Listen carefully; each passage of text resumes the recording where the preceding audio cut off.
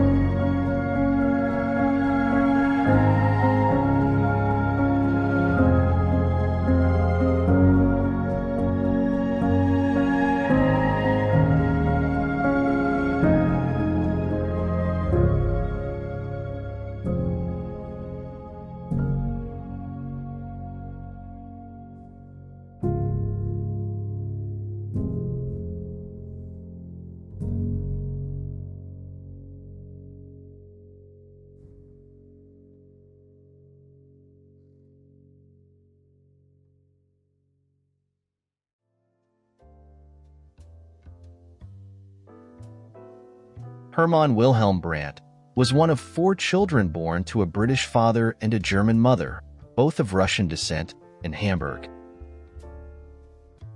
He spent most of his youth in northern Germany, attending school, and later in a sanatorium in Davos, Switzerland, where he received prolonged treatment for tuberculosis. Brandt and his brother, Rolf, were often bullied at school because of their British heritage. The brothers formed a close bond and took drawing classes together at a vocational art school. In the late 1920s and early 1930s, Rolf, who later attended the Bauhaus School in Dessau, created several series of collages using materials sourced from new photographic magazines, to which Brandt himself contributed some early photographs. The young Brandt became interested in photography while recovering in a sanatorium due to his lung problems and stayed there until he was 22 years old. In 1927, at the age of 23, he went to Vienna for medical reasons and met Eugenie Schwarzwald, who helped him get a job at photographer Greta Kahlener's studio and also introduced him to the American poet Ezra Pound at her residence in 1928. Pound posed for a portrait and was so impressed with the results that he offered to introduce Brandt to the American photographer Man Ray, who had his main studio in Paris. Inspired by Eugene Atget, Brandt began his career with Parisian influences, and in 1929, he moved to Paris to learn from Man Ray for a period of 3 months, absorbing the surrealistic atmosphere of the time. Brandt spent the next 3 years traveling with his camera around Europe, visiting the Hungarian steppe, Hamburg, Madrid, and Barcelona. In 1932, he married Eva Boras, the first of 3 wives, whom he had first met at Kahlener's studio. In 1934, the Paris-based surrealist magazine Minotaur published one of Brandt's earliest images, but it was in England where he would find inspiration for his most famous photographs. Around this time, Brandt also experimented with montage techniques that combined portions of 2 or more negatives into one print. One of his most well-known examples was an image called Early Morning on the River taken in 1935, which shows a seagull in flight superimposed over a shot of the misty River Thames, and in which Brandt later added a morning sun to the scene by request of a magazine. In 1936, Brandt published his first collection of photographs, The English at Home, which, according to art historians Martina Droth and Paul Messier, presented a chronicle of British life, contrasting the customs and occupations of the rich and poor. 2 years later, Brandt published his second book, A Night in London, which was inspired by Brassey's 1936 book, Paris de Nuit. Brandt innovated in nighttime photography by using his darkroom to recreate the day-for-night technique developed in cinematography to transform daytime scenes into nighttime ones. But soon he would be forced to work without any artificial light in his acclaimed lightless war photographs. The 1930s witnessed the emergence of photographic essay magazines such as Weekly Illustrated, Verve, Harper's Bazaar, Picture Post, and Lilliput. Brandt crossed paths with Tom Hopkinson, assistant editor of Weekly Illustrated in 1936, before collaborating with him at Lilliput and Picture Post. Brandt would pitch photographic stories for both magazines and often sequence his own photo essays, sometimes also contributing text. The blackout photos published in both magazines were likely his idea, taken in 1939 during the Phoney War. Brandt was commissioned by the Ministry of Information to document life during the Live War in 1940. His images became pivotal in Britain's visual culture of war, turning blackout scenes into atmospheric masterpieces. Many of these photos required long exposures, ranging from 3 to 30 minutes. The following year, Brandt's work was included in the Britain at War exhibition at MoMA in New York and sent to Washington as part of Britain's effort to involve the United States in the war. Brandt documented life during London bombings in the 1940s, collaborating with Henry Moore on the Shelters Project, which recorded life in underground train stations used as bomb shelters. Brandt and Moore formally met in 1942 when Brandt photographed Moore in his studio, beginning a friendship based on their mutual appreciation for the relationship between the human body, photography, and sculpture. After the war, Brandt plunged back into photography, exploring nudes, portraits, and landscapes. Life during wars, long train journeys, and the need to reaffirm national identity led to a resurgence of classic literature, influencing his work. Brandt shared his admiration for writers like the Bronte sisters, Thomas Hardy, George Crabbe, and John Clare. Since 1945, he contributed photographs and texts to magazines like Lilliput, and some of his landscapes appeared in Picture Post and Harper's Bazaar. With a modified Kodak camera, he explored unique perspectives, inspired by the wide-angle cinematography of Greg Toland, used in the film Citizen Kane in 1941. He experimented with this camera in his nudes, which became increasingly abstract and sculptural. His work revealed a profound understanding of sculpture, photographing the work of artists like Henry Moore, Barbara Hepworth, and Aristide Maillol. Brandt complemented his nudes and landscapes with a series of unposed portraits of prominent artists, including Moore, Salvador Dali, Cecil Beaton, René Magritte, Francis Bacon, and Joan Miró. Additionally, he experimented with extreme close-ups of his eyes, creating surrealistic images. The first solo exhibition of Brandt in the United States was at the Eastman House in Rochester, New York in 1963, followed by a full retrospective at MoMA in 1969. Brandt, like Moore, had also experimented with assemblages formed by found objects. These were published in 1993 as Bill Brandt, The Assemblages.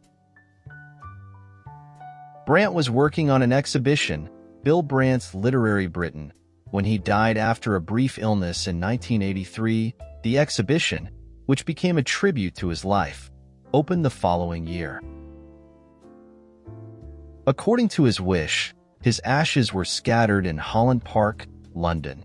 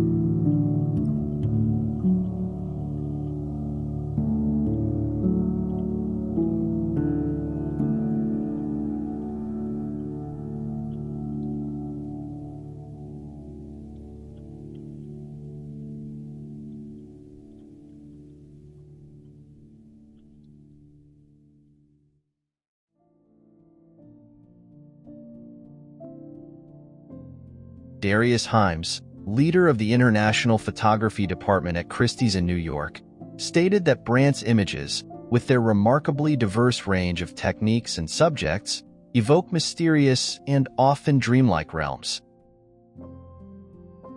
This unique characteristic, which he himself once described as both familiar and strange at the same time, is likely the essence of Brandt's legacy. English painter David Hockney, influenced by Brandt's adventurous artistic spirit and his ability for elegant simplicity, pointed out that Brandt considered the image as paramount, more so than the purity of its execution.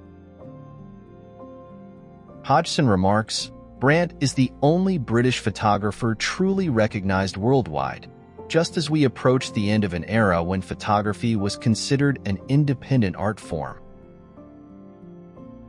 Brandt was a highly cultured individual, educated in literature, theater, and dance in his youth, and he also strongly believed in social equality while questioning the idyllic British life of certain social strata. Curator Sarah Hermanson-Meister adds that much of Brandt's work remains relevant to a new generation of viewers, as it not only examines the modernist roots of photography but also explores themes such as social class or gender perception in relation to the female figure, making his work feel fresh and relevant even today. Bill Brandt continues to inspire artists and admirers, reminding us that images can transcend their time and place, leaving a significant mark on the history of visual art.